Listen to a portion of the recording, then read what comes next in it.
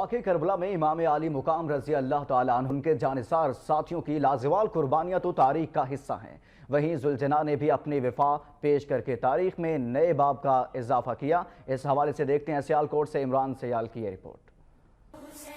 کربلا کے میدان میں جب یزیدی فوج کی یلغار ہوئی تو امام علی مقام رضی اللہ تعالیٰ عنہ اور ان کے جانثار ساتھیوں نے اسلام کی بقا کے لیے جام شہادت نوش فرمایا۔ وہیں سواری امام حسین ذوالجناح نے بھی اپنے شہ سوار کی حفاظت کے لیے وفاداری کی بے مثال تاریخ رقم کی۔ 61 ہجری یوم عاشور کو جب امام حسین رضی اللہ تعالیٰ عنہ نے تیروں سے چھلنی ہونے کے باوجود خالق حقیقی کے حضور نماز ادا کرنا چاہی تو ذوالجناح آپ کے گرد گھومتا رہا اور تیر اپنے جسم پر سہتا رہا۔ ذوالجناح کے جسم پر اتنے تیر پیوست ہوئے کہ وہ دو پروں کی صورت دکھائی دینے لگا، اسی وجہ سے اسے ذوالجناح کہا جاتا ہے۔ ذوالجناح نے اپنے جسم پر زخم کھا کر امام حسین کی حفاظت کی۔ یوم عاشور پر شب ذوالجناح کو خاص اہمیت حاصل ہوتی ہے۔ شب ذوالجناح کی صحت اور خوراک کا خاص خیال رکھا جاتا ہے۔ جب 10 محرم کو شب ذوالجناح برآمد ہوتا ہے تو ہر عزادار کے ذہن میں واقعی کربلا عیاں ہو جاتا ہے۔ یوم عاشور کو جہاں کربلا میں وفا کی بے مثال قربانیوں کا تذکرہ ہوتا ہے